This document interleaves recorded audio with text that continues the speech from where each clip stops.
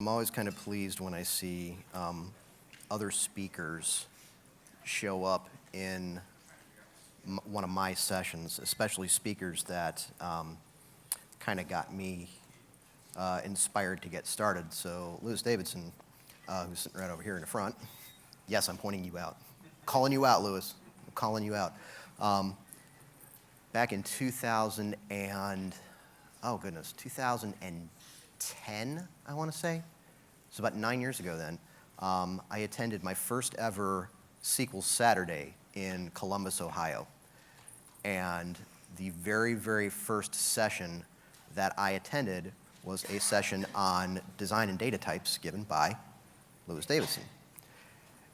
And I enjoyed that session so much. I'm kind of sitting there at the end of it, and we had a little bit of Q&A, a little bit of back and forth, and I'm like, you know, I think I'd like to do that one of these days.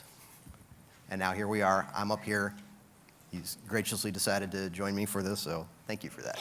Hey? You were here anyway. Absolutely, he deserves a round of applause for that.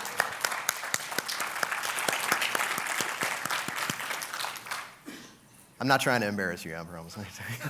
Whether I succeeded or not. All right. So, yeah, thank you so much for joining me today. This is going to be, I think we're going to have a good time. This is a relatively new presentation, so I'm going to probably mention this about 600 times, but I really, really, really want feedback on this one. Does everybody know how the feedback system works for this? You can either go to look up the presentation, submit your feedback. There's QR codes, the doors. Yeah, you could do it through the Pass Events app. But really, really, really want feedback on this presentation because I want to make sure that this becomes one of the good ones. So thank you for joining me today. My name is David Maxwell. This is Performance Tuning Azure SQL Databases. A little bit of audience demographics that I want to do before I get started with this. How many people are running databases in Azure right now? Okay, so most of the room then. Just by show of hands, standalone Azure SQL Databases? We're looking at about maybe 40, 50%. What about elastic pools? Anyone taking advantage of that? All right, maybe around 20% of the room. What about managed instances? Okay, so that's closer to about maybe 5, 10% of the room. Okay, that's about what I expected for that. Not a whole lot of people are getting on the managed instance train yet. So is anybody in here not running any databases in Azure yet? They're just here out of curiosity and want to see, you know, hey, what does this actually look like? If I'm going to run databases in Azure, how do I performance tune those? Okay, so again, maybe about 5, 10%. Cool. Those who identify as DBAs. Okay, again, the bulk of the room. Developers? Okay, anybody outside of those two categories? Shout it out at me. What's your role? Solution architect. I heard somebody else say something else. Solution, I believe, solution developer. Okay. All right. So what this presentation is, in a nutshell, is we're going to look at what are the tools that we can use in Azure to actually get performance information out of databases that we have up there. Some of them will be familiar to you. Some of them may be a little bit new to you. Most are available both on-premises and in Azure. There are exceptions to that as well.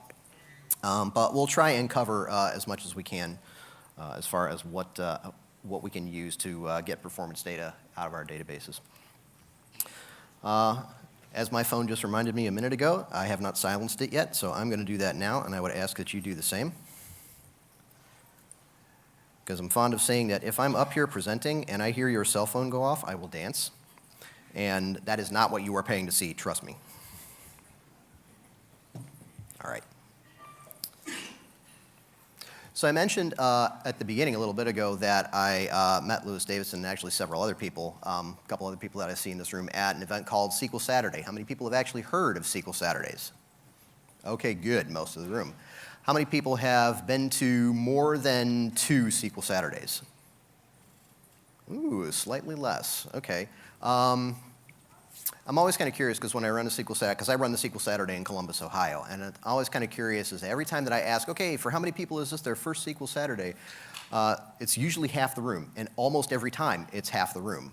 So there's some turnover there. So if anybody wants to talk about it, I'd be curious to know if you went to a SQL Saturday and you decided not to go again, I'm curious to know why.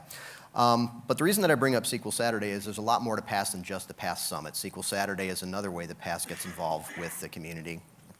There are volunteer opportunities, and one of the things that I like to point out to people who aren't aware of it is how many people are aware of the virtual user groups?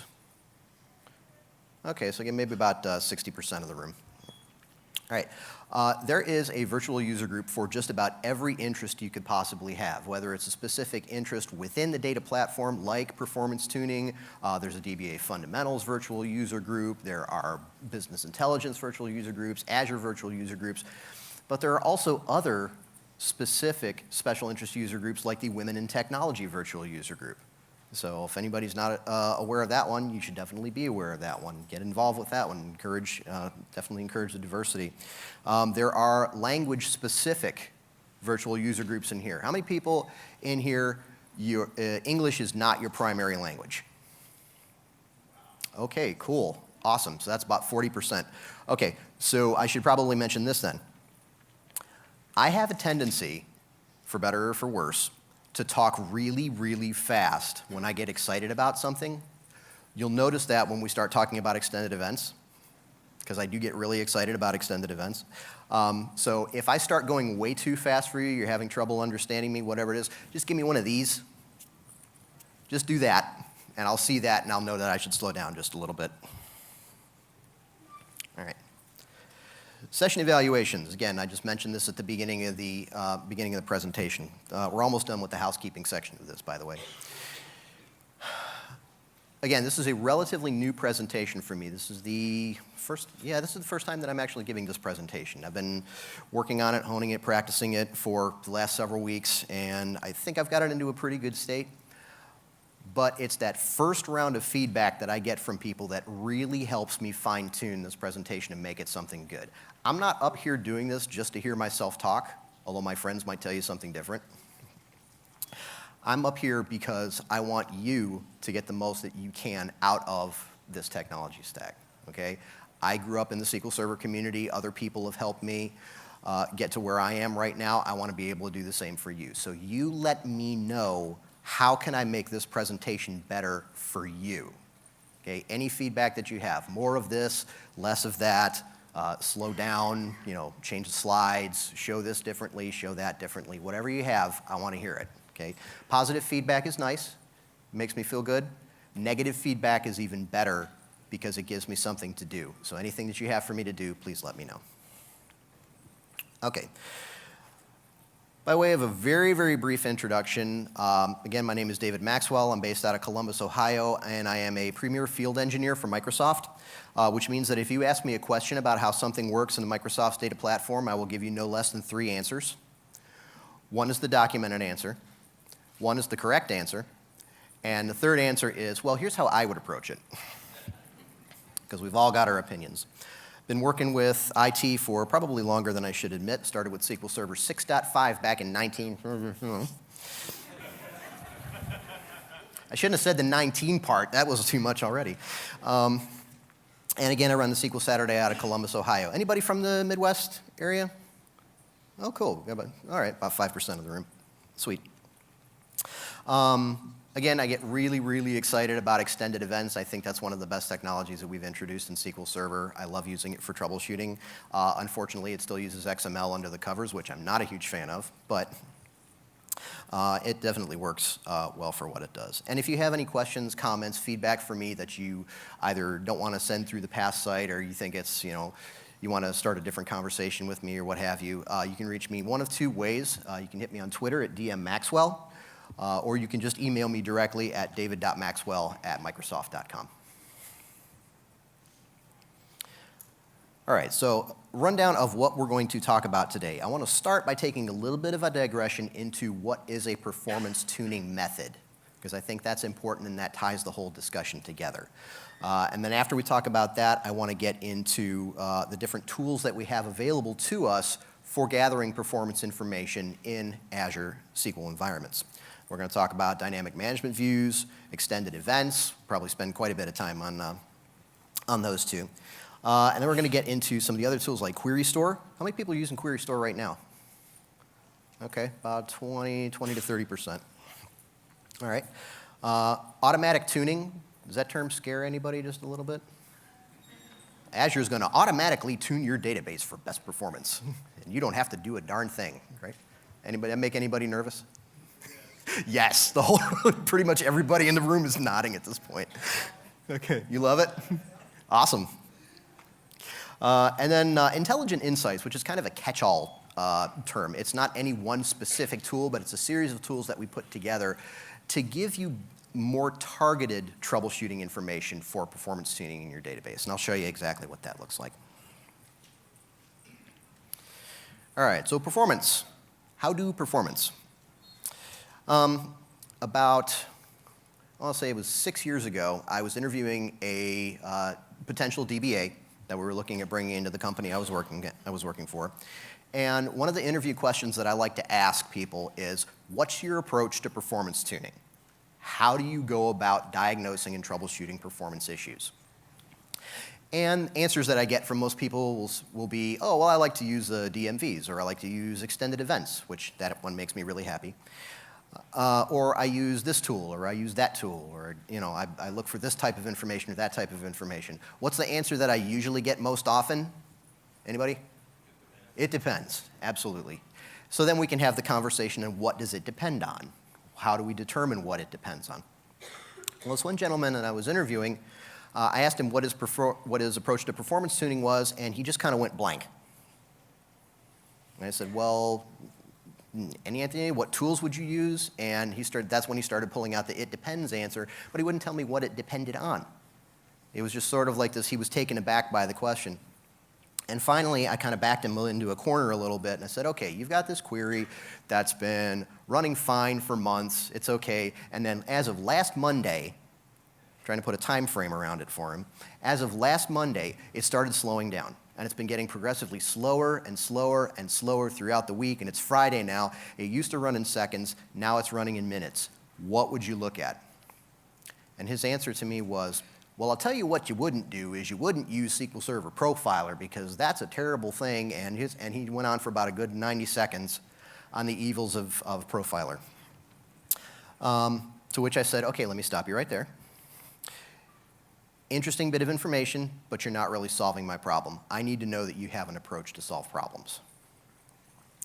So the whole point of putting this presentation together is to give you a place to start. It's to give you a place to begin your approach to problem solving. Now, when I think of problem solving, I think of one of the greatest problem solvers that the world has ever seen, and that is Sherlock Holmes. It is a capital mistake. Should I do this in an English accent? I don't want to offend anybody, actually, so let me not do that. It is a capital mistake to theorize before you have all the evidence. It biases the judgment. He also says that if you don't have all the evidence, you start twisting your facts to suit your hypothesis instead of the other way around, which is what we want to avoid. Holmes used what he called the scientific method of problem solving, or systematic problem solving, which is observe, deduce, and apply.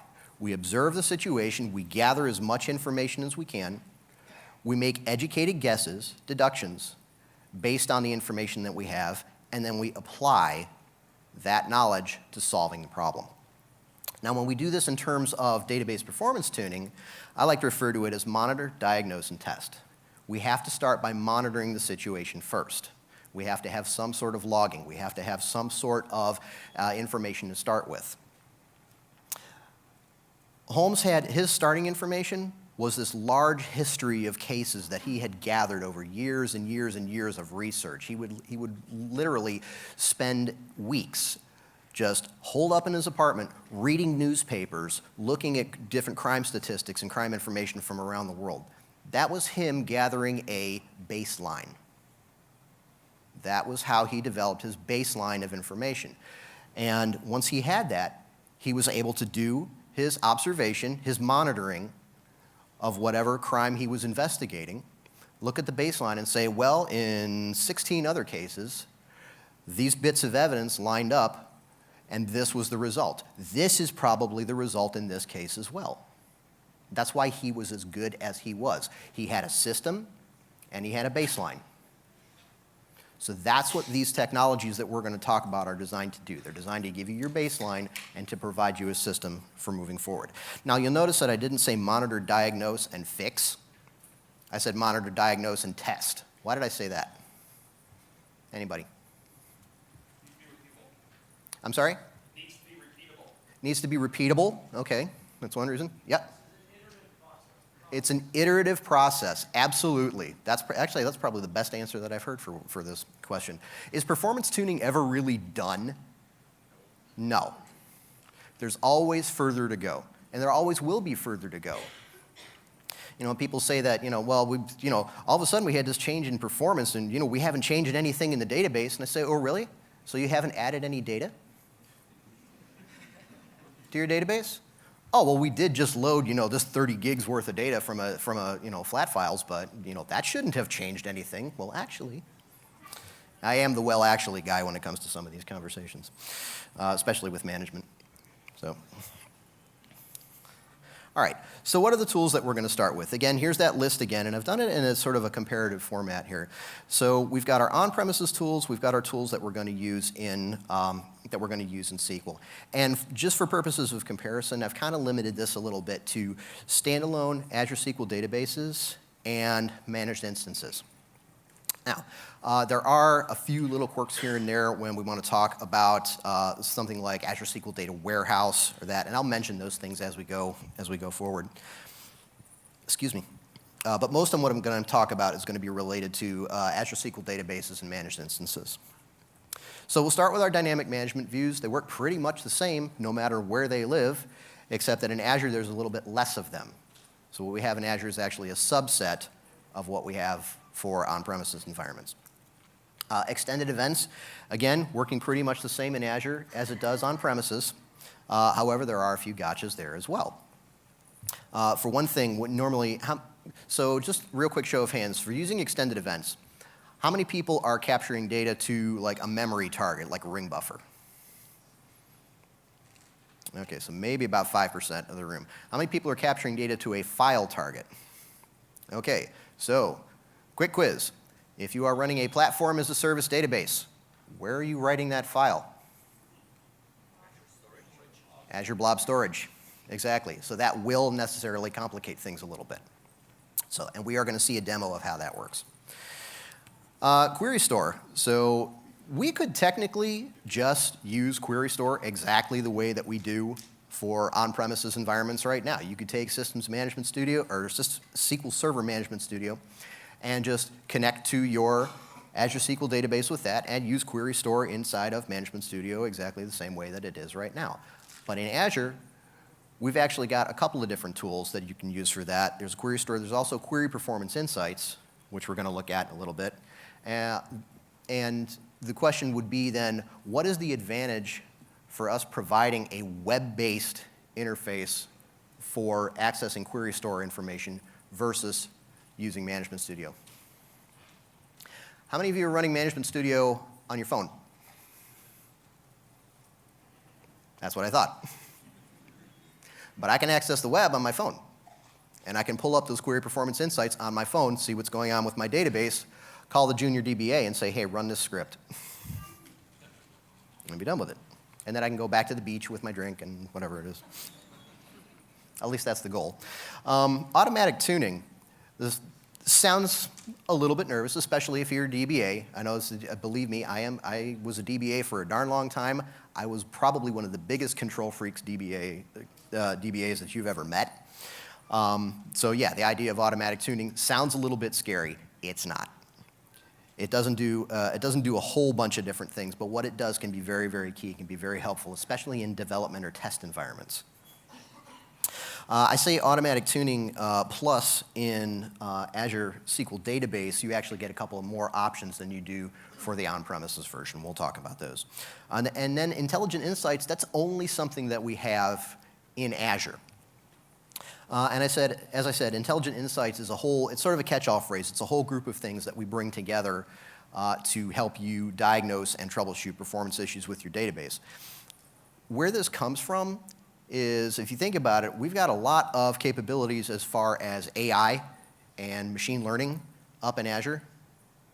Why not use those capabilities to provide you a facility that can monitor your database, look for specific types of patterns, and say, hey, not only do we see these patterns in your databases, but we see these patterns in other people's databases as well. And when they apply these specific fixes, the problem goes away. Maybe you should try that as well. So this is our ability to look at not just your workloads, but all of the workloads that are running in Azure right now and say, hey, when we see this issue and we see this fix, it works most of the time. Here's our recommendation. You should try that fix. All right. All of that makes sense so far. Okay, I'm seeing mostly nods, just a few blank stares. Any questions on what we're going to cover before I start diving into dynamic management views? None whatsoever. Okay. So I like to say when I get into a room and I get absolutely zero questions on anything when I pause for them, I'm either explaining things really, really well or really, really poorly. So don't be afraid to ask a question, okay? But because especially if you think your question is, and I don't like saying it this way, but especially if you think your question is too basic, I guarantee you about 10 other people around you have the exact same question. They're just not brave enough to ask it. So please ask. All right. So let's start with this, dynamic management views then. How many people, once again, by show of hands, how many people are regularly using dynamic management views for performance troubleshooting? All right, most of the room. So for those of you who did not raise your hands, dynamic management views are basically views that are provided in SQL Server to provide current state information, what is going on in your database right now. Sometimes that information is persisted, sometimes that information is lost when you either restart a database or restart SQL Server. But this is basically state information on your database. Now on premises, there's hundreds of dynamic management views that we can use that will relate to features in the operating system, in hardware, give you information about file systems, all kinds of different stuff. But again, we're talking about platform as a service databases, so that stuff's not available to us. Okay, Microsoft is managing the OS, they're managing the hardware. All of that's happening behind the scenes. So what you're primarily concerned with in Azure is going to be three things. One is going to be the database itself, so the database-related dynamic management views. These are the ones that start with sys.dm_db. You're going to be looking at your execution environment. What's running in that database right now? And those are the ones that sys.dm_exec. And then for those processes are running, what transactional activity is taking place inside those processes? So these are the ones that begin with sys.dm_tran. That's all you're going to get. Those are the sets of dynamic management views. So stuff, again, that's going to be unavailable to you in a platform as a service environment is going to be the OS level management views. So for example, one that is probably quite popular to people who do a lot of performance troubleshooting with dynamic management views, sys.dm_os wait stats. I see a lot of nods right now. They're like, yeah, I use that DMV a lot. Well, guess what? You're not going to use it in Azure because it's not there. Or you're going to see unavailable DMVs for specific features. For example, Polybase.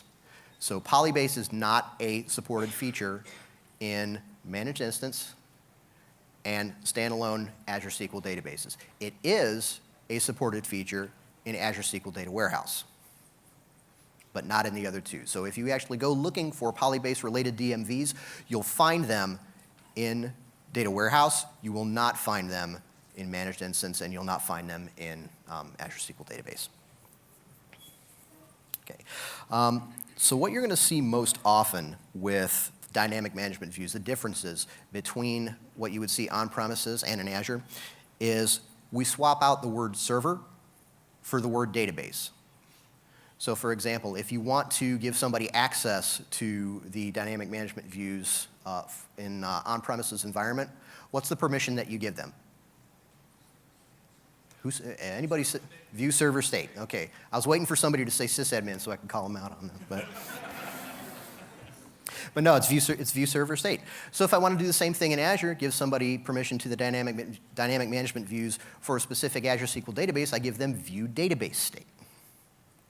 And we're going to see this again when we get into the extended events. So if I want to create an extended event session and I want to say create event session name on server, well, I don't have a server in Azure. Well, sort of have a server in Azure, but it's not a server that I'm interacting with in that way. So if I want to create the same thing in Azure, I say create event session name on database. So we're going to swap the word database out for the word server in a lot of these cases. All right. Now, there are some additional DMVs that we provide in Azure that we don't have on premises. And what these dynamic management views are related to the specific performance tier that you have chosen for your database in Azure. So you will need to connect to master for your virtual server, whether that's in a managed instance or a standalone SQL database.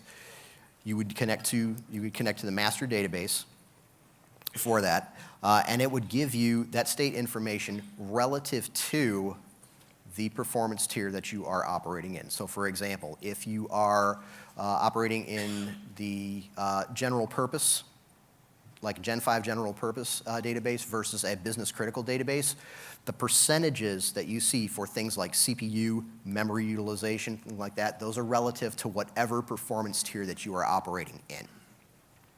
Now, it will tell you what your min-max values are, so you could use that and you could do a calculation if you really wanted to know, well, I was using 16 gigs of RAM and now all of a sudden it went up to 24 gigs of RAM. But the percentage values that it gives you is going to be based on whatever tier you're in, so you need to know which tier that is. And we're going to look at those DMVs when we get to the demos. So, any questions on dynamic management views in Azure SQL Database before I move on?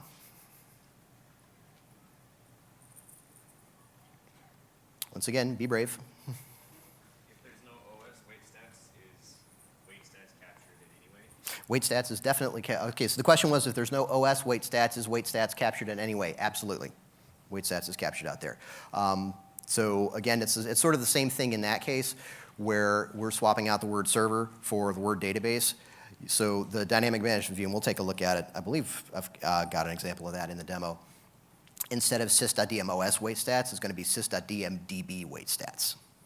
And it's going to be on a database by database basis unless you are aggregating it with Intelligent Insights or some other tool. And again, a lot of that's going to show up in the demos as well. So good question. Any others? Okay. Let's go. Extended events. All right. So how many people are now using extended events for performance troubleshooting in their environment? Oh, I'm only seeing about maybe 10, 15% of the room. That makes me slightly sad. I'm curious, so for those of you who are not using extended events right now, why not? And if you're not using extended events to capture that information, what are you using? Anybody? Third-party tools, Profiler. Yeah, a lot of third-party tools now are actually using extended events for some things. Some are still relying on trace as well. So I heard Profiler. Anything else? Okay, so let me give you my 20-second answer to people who say, why should I switch over to extended events from Profiler? So Profiler can capture let's just say in an on-premises environment. So Profiler can capture maybe a couple of hundred different things that happen within a SQL Server. Extended events captures well over 1,100 different things. And the things that are being added to extended events, not Profiler. Profiler has not changed in several years. Extended events continues to be developed. I'm not saying that Profiler is a bad tool, and I am not going to say that extended events is lighter weight than Profiler.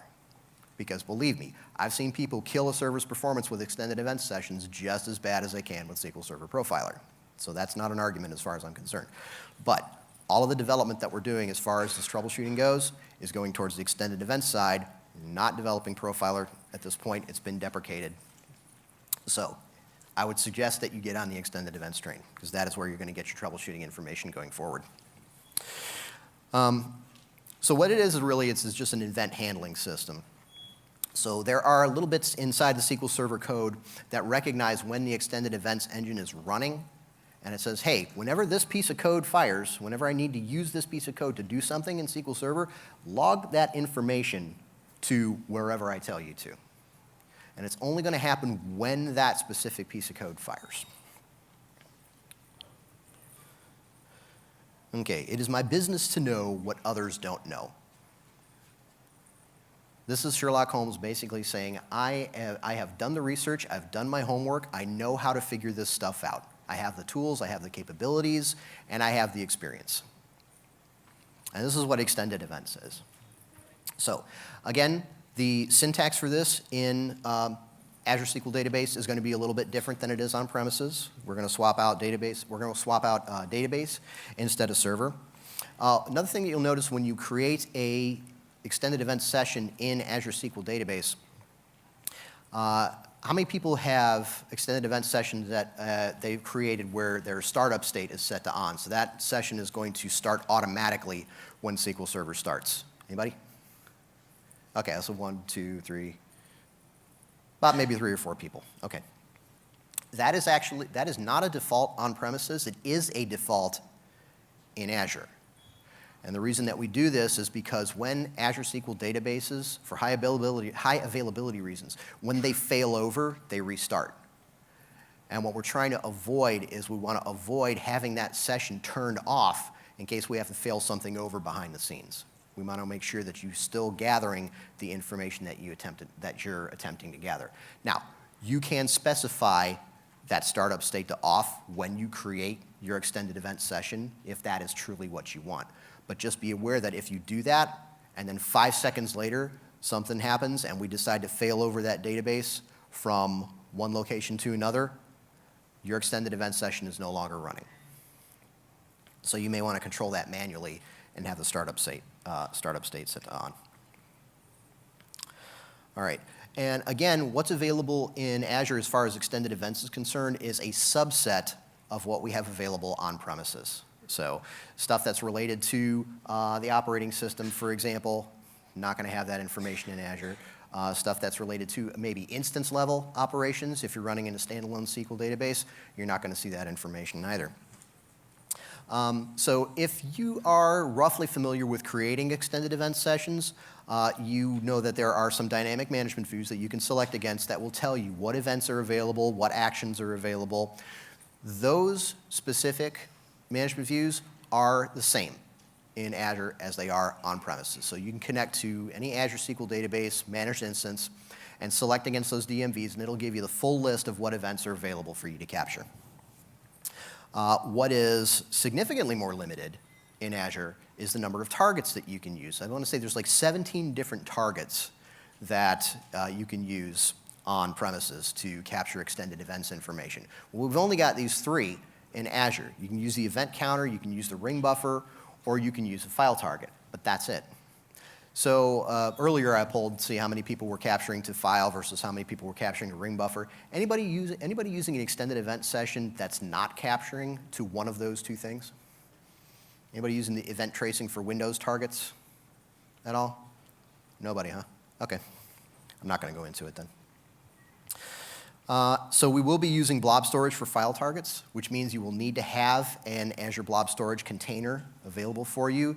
You'll need to have a certificate created in the database that you are creating that extended event session for so that you can control security. You'll need to set up a credential for that within the database as well. We'll go through all of this when we get to the demos. But the thing that tends to trip people up is that security layer, because the Azure Blob Storage account is completely separate from your database. There's no common OS that's mitigating the transfer of data between point A and point B. So all of that needs to be set up independently. Okay. My scroll bar is not working. There we go. All right. Oh, yeah, one more point that I need to make on this. So especially when you are tracing to an event file target, and you're doing this in blob storage, there is, because those are often separate facilities, there is a little bit of additional latency that happens. So one of the settings that you need to pay close attention to as far as your extended event sessions is event loss tolerance. So do we want to allow single event loss? Something happens, we can skip it, maybe once. Do we want to allow multiple event loss? If events are firing really, really quickly, but we're more concerned about the performance of the server, we don't want to delay anything, we'll let that session drop multiple events just so things can keep running and it doesn't cause anything to wait. But if we really, really, really need to know every single event that's firing in the trace or in the session that we have created, you're going to want to make sure that you are set to no event loss. Because having that additional latency between the Azure SQL Database and the Blob storage can increase the likelihood that you will have event loss between those two. All right. All right, any questions on extended events in Azure? Yes, I love it. Okay, we'll start here. What's the potential performance impact if you set no event loss? Okay, so what's the potential performance impact if you set no event loss? If SQL Server gets into the state where it's waiting for events to get dispatched from that extended events buffer, if a piece of code fires that requires logging to that buffer and it says, hey, buffer's full, you got to wait a second, that code will not complete running until there's space to log that information in the buffer. It's sort of a little bit like a security audit that you have set to, if I can't log my security audits, shut the server down. Does it show up as a block, or is there a wait type you can capture it all? It will show up as a block. There is a wait type for it. I don't remember specifically what the wait type is off the top of my head. See me afterwards and we'll look that up. Yes, but it will cause a block in that case. It will block that operation until it's able to complete. Okay. There's another question out here. Yes? Okay, so the question was, is the ring buffer better than the event file for running event sessions? It depends on what your memory utilization is at the time. So when you create a ring buffer target, you have to specify the size of the ring buffer target. You have to specify how that buffer is going to get divided up for events. There's a lot of tweaking that you can do as far as the ring buffer goes. The two disadvantages that I see with the ring buffer, and I'm not saying the ring buffer is bad, but the two disadvantages that I see with using the ring buffer as a target is, number one, it's a ring buffer. If you're getting a whole ton of events getting logged and your buffer's not big enough, you're going to be overwriting a lot. So if it's something where you're trying to capture a specific activity that may take a lot of time or it may fire a lot of events, you're going to have better success writing to a file target in that case. I said there were two things. I'm trying to remember what the second one was now.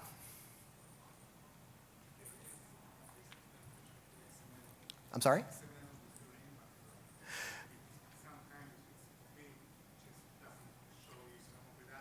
Yeah.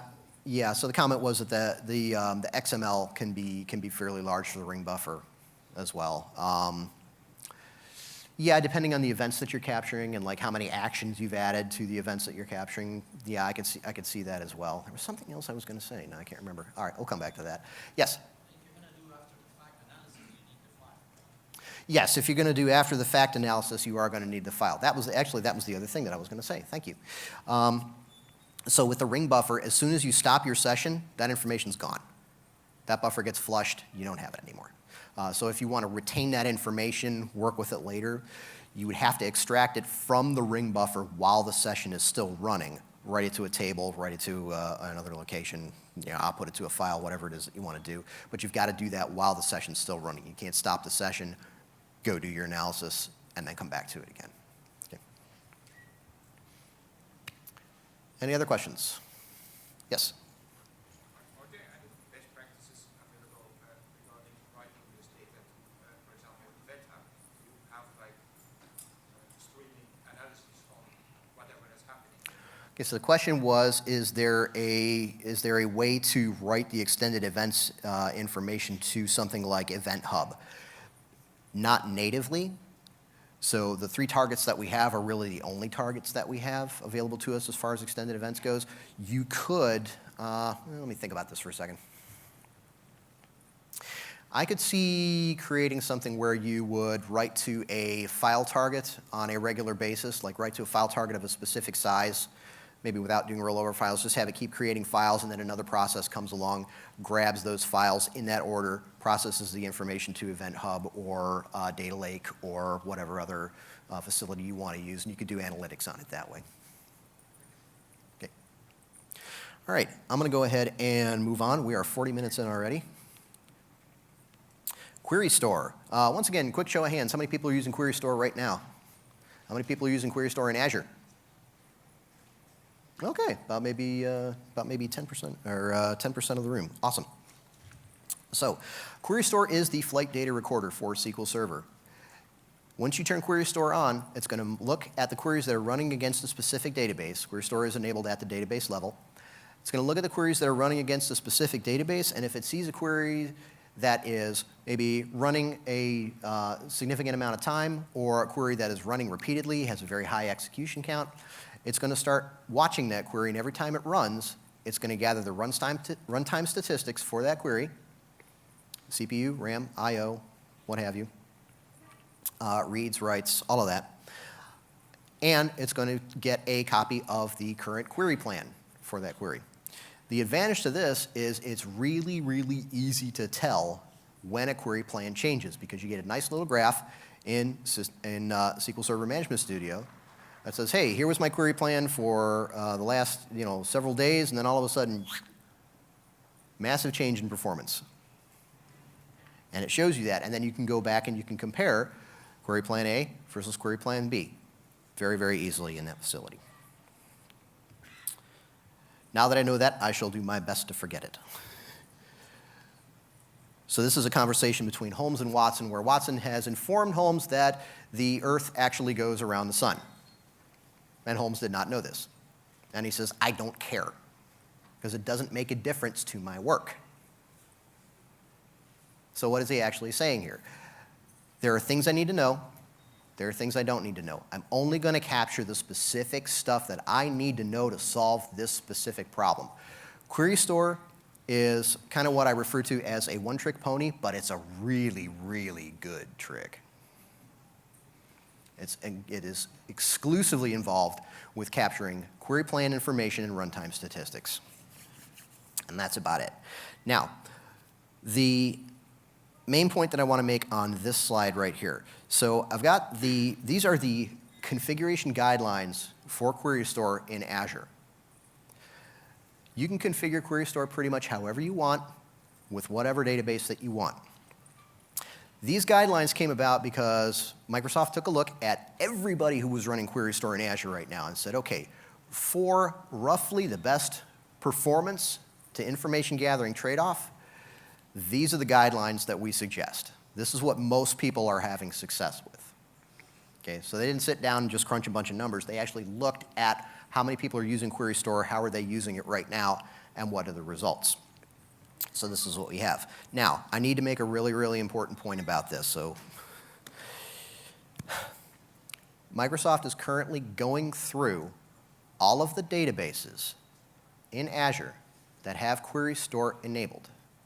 And if you create a new database in Azure, Query Store will automatically be enabled with these defaults, whether you want it or not. You can turn it off if you don't want it, but I will come to you. You can turn it off if you don't want it, but it will automatically be created with these defaults.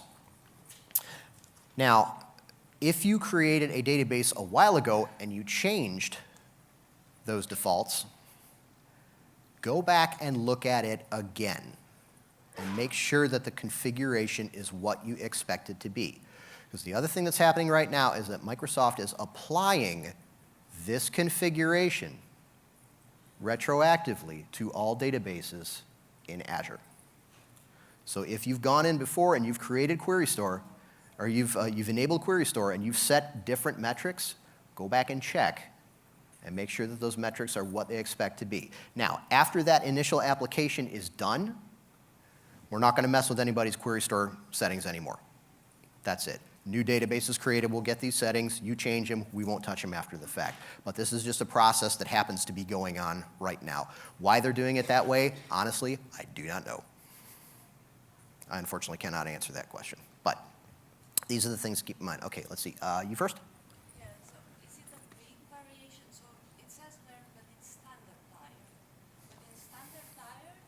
like S10, S20, and so on. Mhm. Do they differ based on the individual component of the tier, or it's something like standard, premium? Okay. So the question is that, I do have noted on this slide, and I'm glad that you pointed that out, that I have this mentioned as standard tier. The reason I say it's standard tier on this slide is if you are actually running a database that's smaller than this standard tier, like for example, you're running a basic tier database, that's only like, what's the limit on basic tier now? 5 gigs? Something like that. Or 2 gigs in some cases. So we're not going to take 100 megs out of your 2 gigs. Okay, I want to say at that low basic tier, the default is 10. How many people are running databases at basic tier right now? 1, 2, 3. Okay, so yeah, so not too many people are running basic tier. So I didn't do a breakdown for each one. Do you get this documented? Do we increase the values as you go to higher tiers? Is that what you're asking? If I go today and look online, can I find this publicly documented, which are the default values, or I need to go and check myself? Or, like for example, I would use multiple tiers. Mhm. So then how could I know for each of them which it is? Because I have scale.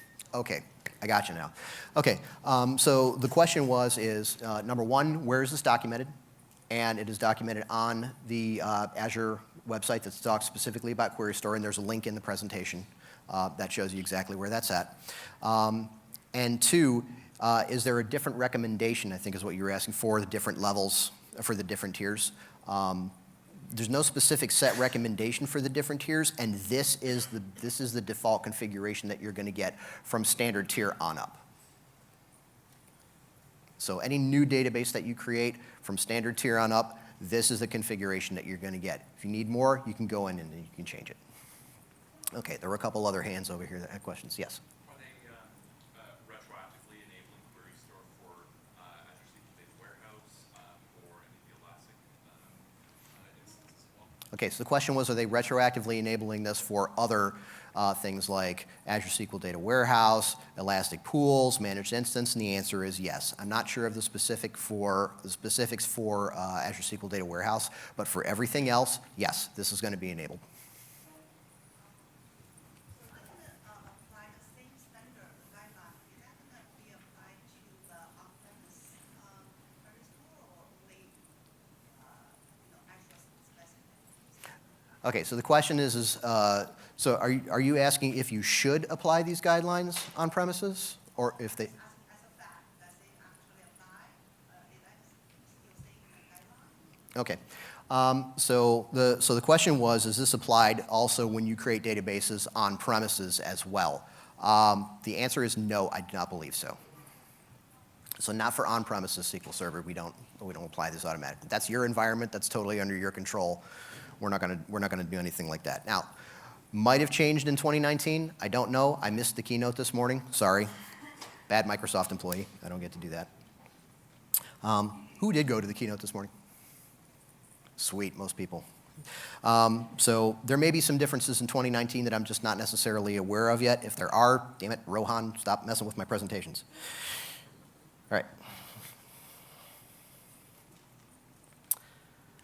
All right, so we've talked about what we need to on that one. I'm going to go ahead and start moving just a little bit more quickly because we're about 50 minutes in. How are we doing on the clock here? Oh, we're not doing too bad. All right. Automatic tuning. This is the one that kind of makes people just a little bit nervous. They're like, what are you doing to my database behind the scenes? Okay? Truth be told, not that much. Okay? Put briefly, there's only 3 things that we would do with automatic tuning. And we're only doing all 3 of those in Azure SQL Database and Elastic Pools. So the 3 options that we have as far as automatic tuning goes are creation of indexes, dropping indexes that are infrequently used, and forcing last good query plan. So this is where that Query Store starts coming into play on an automatic basis. And this feature, by the way, is available in on-premises SQL Server 2017 as well. So you can have Query Store if it sees that a query plan has drastically changed and the new query plan is much, much worse than the old query plan, it can force that query to use the old query plan. And you can do this in on-premises SQL Server 2017. You can do it in Managed Instance. If you are running standalone or Elastic Pool SQL Server, Azure SQL Databases. We also have the create index and drop index options as well. You can enable these at multiple different levels. So there is an Azure Default, like there is for just about everything else that you run in Azure. There's Azure Default, which all of these options are turned off. We will not enable automatic tuning on your databases unless you absolutely or unless you explicitly tell us to. Okay? And then you can enable it either at the server level or you can do it at the individual database level. And there is inheritance. So if you enable it at the server level and you set your databases to inherit their settings from the server, it will be enabled on whatever databases that you create on that server. Yes?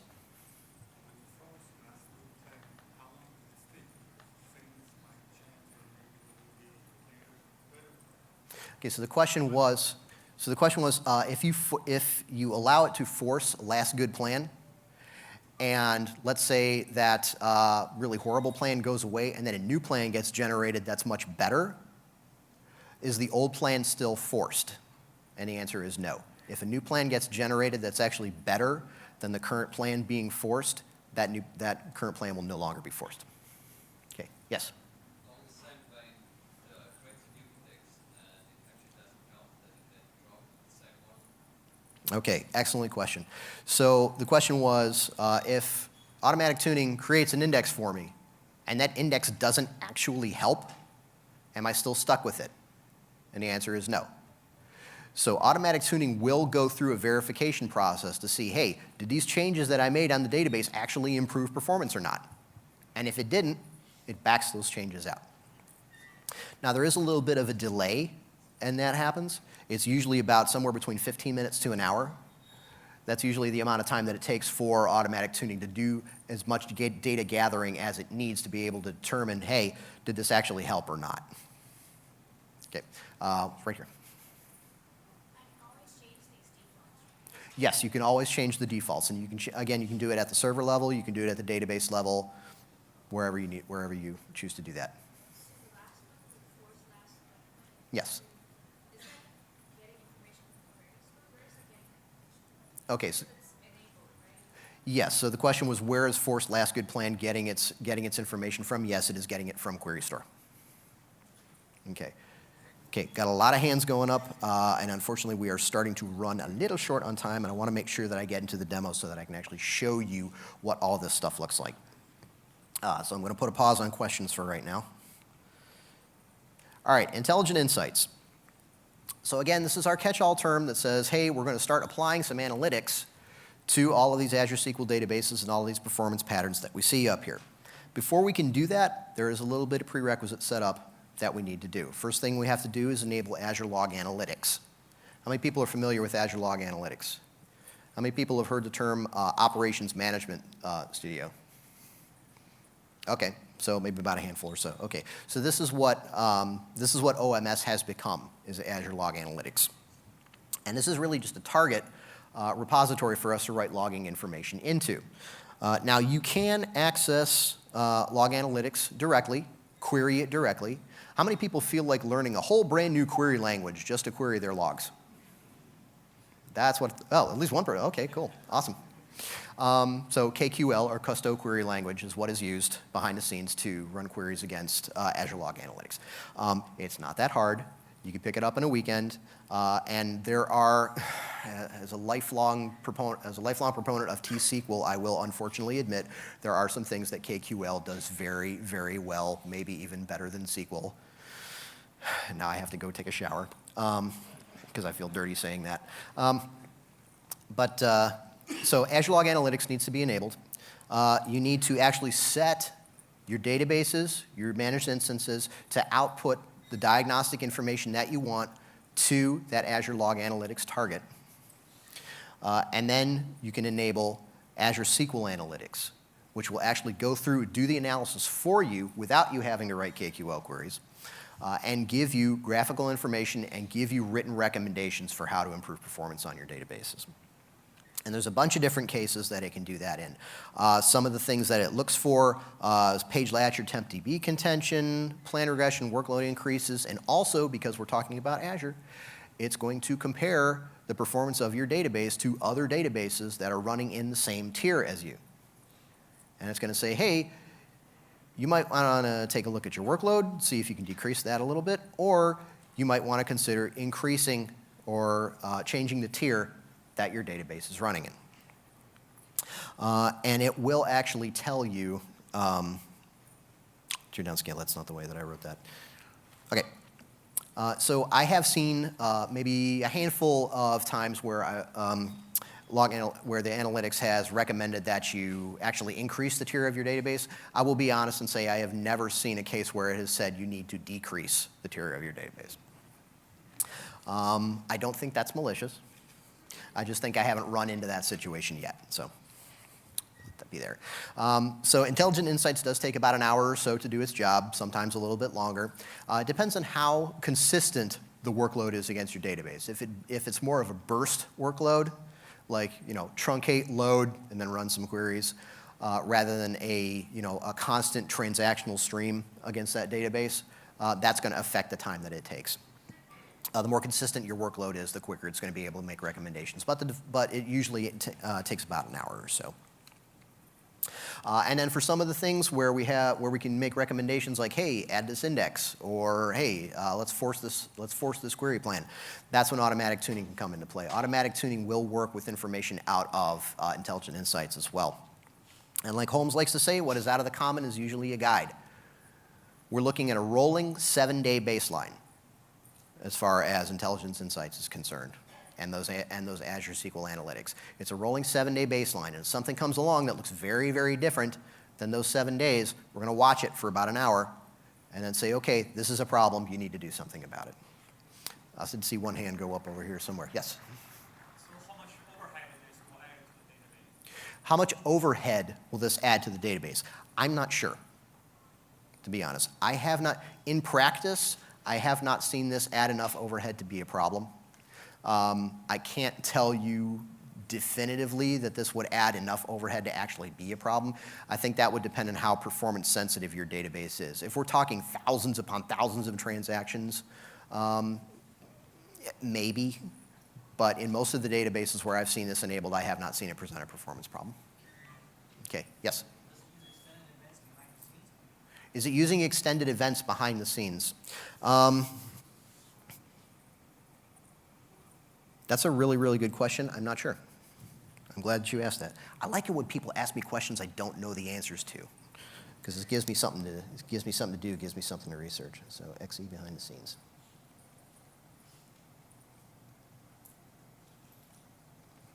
Okay. Of Intelligent Insights. Okay. Cool. By the way, a lot of what Intelligent Insights is pattern recognition, as I have on the slide up here. Anybody notice what's wrong with this slide? All of a sudden, all the heads in the room go, what? Recognition is spelled wrong. Yeah, somebody caught it. Somebody already got it. Yeah. So would an AI miss that?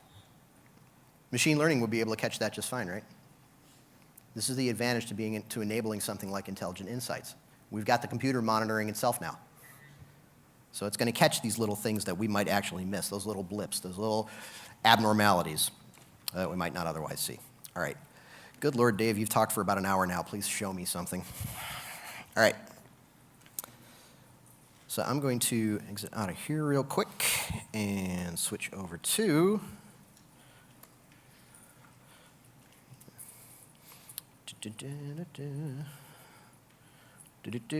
all right.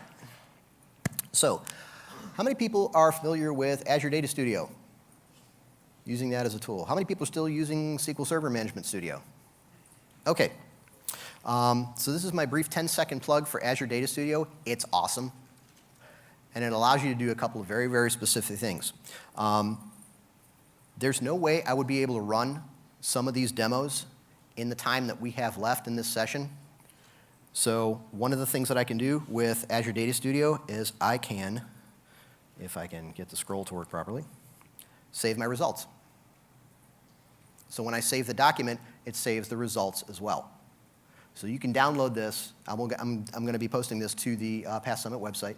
You download this, and it will already have all of the results in it from these demo queries that I have already run ahead of time. It's kind of like a cooking show. This is one I made earlier.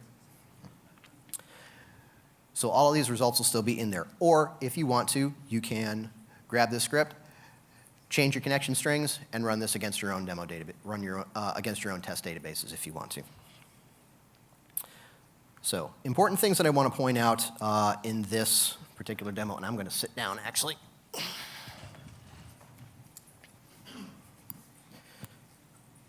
All right. So there are some DMVs available, again, both on-premises and in Azure.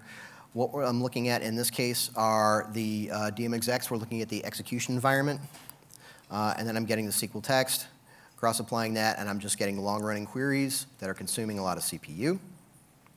So in this case, I only had the one. Session weights, I can get that for the different sessions that are running.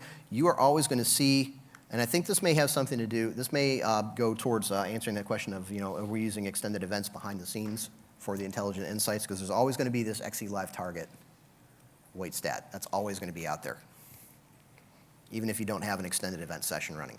But then again, I'm still getting this just from the exec requests, exec sessions. How many people have a query like this that they run against their databases to see, hey, what the heck is going on right now? Okay. Anybody using SP who is active? Okay. Other queries, like maybe from Paul Randall or Glenn Berry or Aaron Stellato, those folks over at SQL Skills that are amazing. Cool. So this is the type of queries that they have, and I've included a couple in here as well. Okay, same for connections. Show the current connections, what's going on with those. And again, we're just using those same DM execs. So here's what I was talking about views that are available specifically in Azure SQL Database. So here's one that I'm using right now, and this is sys.resource stats. This is one of those dynamic management views that is looking at the database and looking at the resource utilization for the tier that it is in specifically. So information that we're going to get out of that is it's going to show, what have we used out of what we have allocated. It notes the fact that we are running in a basic tier right now. And then it gives us average values for CPU, memory, I/O, and you'll notice these are in percentage. Percentage of what? I thought I heard somebody say it. The tier that you're in. Specifically, this is a DTU tier database. So there's two. Everybody familiar with the two licensing models, DTU versus vCore? Okay, so at least a few people in here. So DTU is kind of a nebulous term, but it's a calculation of memory, log I/O, and a bunch of other different things. So in this case, this is going to be our percentage utilization in the tier that we are in right now. And what you'll notice, if you take a look at this, is that these averages are over last 5 minutes. So every 5 minutes, we're going to get a new row added to this DMV. That's going to say, over the last 5 minutes, we used 65% of the available memory that we have for that database. And then you can aggregate that further if you wish. Okay. Another couple that are related specifically to Azure SysDM database copies. So this is if you've geo-replicated your database. This gives you the status of the replicas that you have. So I've got two different replicas. My main instance is DMM test. So I've got another replica in the DMM test is in the East US region. I've got one in the Central region. I've got one in the West region. And it shows me where is that database right now as far as its synchronization status. Now, because geo-replication is always going to be asynchronous, this is the best possible thing that you can see, catch up. It's not exactly the most descriptive term for use in this situation, but it's catching up to changes that have been made on the primary replica. So that's what you want to see in this case. You definitely want to see error description as null. All right. Managed instance. So now we've got sys.dmdb resource stats, which is roughly the same thing as those resource stats that we were looking at earlier as far as a standalone database goes. But one of the things to point out here is notice that our averages are actually calculated much more frequently. So in this case, they're calculated about once every 15 seconds rather than once every 5 minutes. So we're getting a lot more granular information in the managed instance than we are at the standalone database level. My managed instance is pretty quiet because I didn't run any demo scripts on it. Okay, we were asking earlier, where are we getting our weight stats information from? Right here. So this would be either in managed instance or standalone SQL databases. We'd be using DMDB weight stats is where that information would come from. And again, we see our XE file targets. Write log is the first one on this list that I would probably actually be concerned about. And we could go from there. Okay, now I should have moved this one up a little bit. So when we're talking about georeplication or HADR operations, anytime we make a change as far as that goes, we're going to get a record in this DMV right here. So DM operation status. Anytime we add a replica, we drop a replica, this is going to give us the current status for this. Important things to notice about this. Let's see, this says terminate. So this was when I actually removed a replica. So terminate continuous database copy is the message that we would get for the operation, and it's completed at 100%. What you will notice is, again, unless they've changed something since the last time I ran this demo, what you will notice is that this percent complete is going to be one of 3 values, 0, 50, or 100. Either the operation hasn't started yet, it's in the middle of running, or it's completed. So I assume that information will get more granular as time goes on, but right now that's what you're going to see. So if you see 50%, it doesn't necessarily mean that you're halfway done. Okay, so let's talk about extended events a little bit. So what I've provided as far as this, and again, these scripts are going to be available for download as soon as I get them uploaded to the Summit website, which will be today. So after today, you'll be able to download these scripts as well. I have a comparison query here that shows, again, 17 target types for on-premises extended events. You run this query to determine what the targets are. It'll only show you those 3: event counter, event file, or ring buffer. And then as far as number of events goes, there's, 1,069 SQL Server events that you can capture in the SQL Server package for on-premises SQL Server. And I believe it's only just under 300, so only 294 events that you could capture in the standalone Azure SQL Database. Now, managed instance, much, much better as far as extended events goes. I shouldn't say much, much better. Many more events available in a managed instance than there are in standalone SQL databases because there's a lot more moving parts. There's a lot more pieces of code that can fire those extended events. Okay, so giving code to set up a managed instance. In this demo, it'll create a table. One of my favorite subjects there. And yes, I believe that peanut butter cookies always rate 100. And then it creates a simple stored procedure that goes ahead and inserts new cookies into my cookie rating table. So then here's the code that we would use to enable our ring buffer. If you've never done this before, this is probably about as simple as you can make it. And then what I do in this demo script is I actually create a target table, because what I'm going to do is I'm going to start that ring buffer, perform a few operations, select the data out of that ring buffer target into a table, and then you can run the XML or run your XQuery against that specific table. So we start the session, insert a few cookies. These butterfly cookies are pretty awesome. And then we grab this, and then we use this query, grab that XML data out of that table, stop the session, and then run a little bit of XQuery. How many people are familiar with XQuery? About maybe 3 to 5% of the room. Okay. It looks scary. It's not. I'm a big fan of cut and paste. So I do that quite a bit when I write xquery. I cut paste queries from other places and just modify them. Not difficult to do. And then I give you an example of creating a file target in Azure Blob Storage.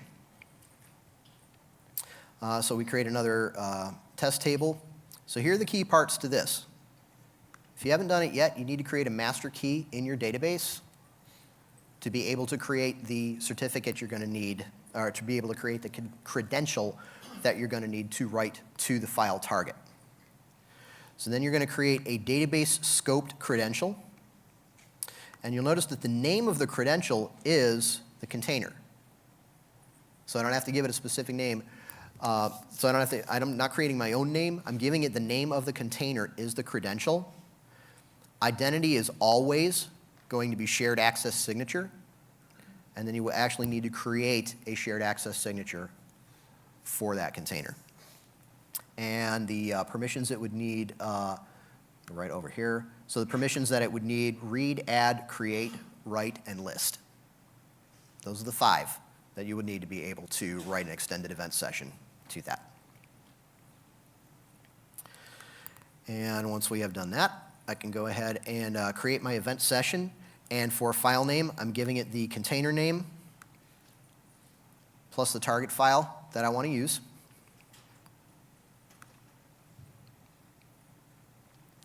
I'm going to run my test script right here, and I've created it just to capture those update statements. Now, I do need to mention this. Now, this is as of about a week ago since I last checked. I cannot run XML against the file as it sits in blob storage. I do not know why, but you have to actually copy that file out of blob storage to a local location. Then you will be able to run the xquery against that file.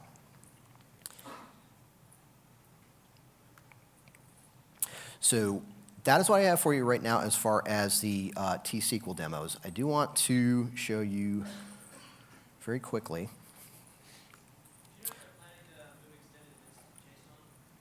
Are they planning to move extended events to JSON? I do not know, but that is an excellent question. Let me write that down real quick.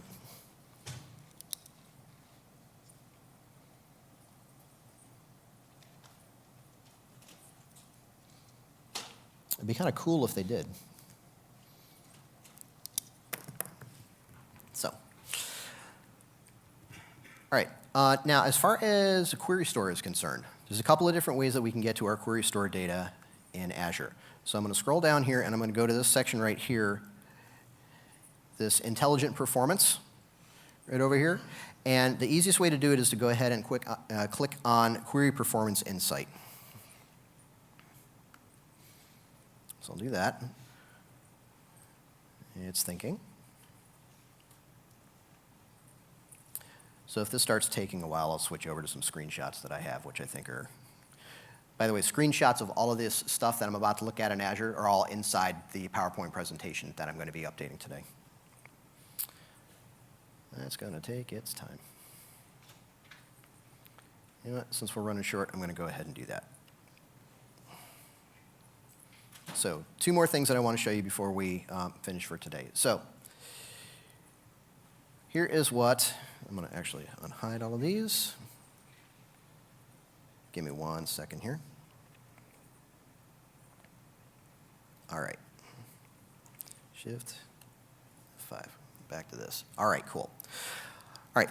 So here is what the query store interface would look like in Azure. So I've got some performance data information. Again, we're running in a basic tier database, so I'm going to get my CPU information, data I/O, log I/O.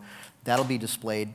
And then these bars down here actually show me which of the queries that are taking up most of the resources that I'm using.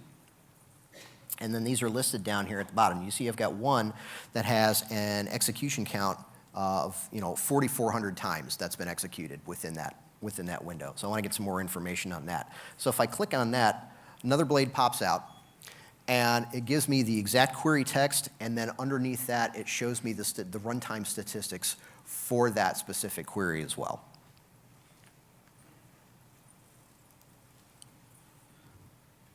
So that's how I would get to that. And then last thing that I want to walk through real quick is for setting up the intelligent insights. If I can find this. So the first thing I would need to do is add log analytics. You can do this directly out of the marketplace. You would add this to the resource group where you have where you have the databases that you want to monitor in Azure. Right now there is a charge for this. It's per gigabyte of data.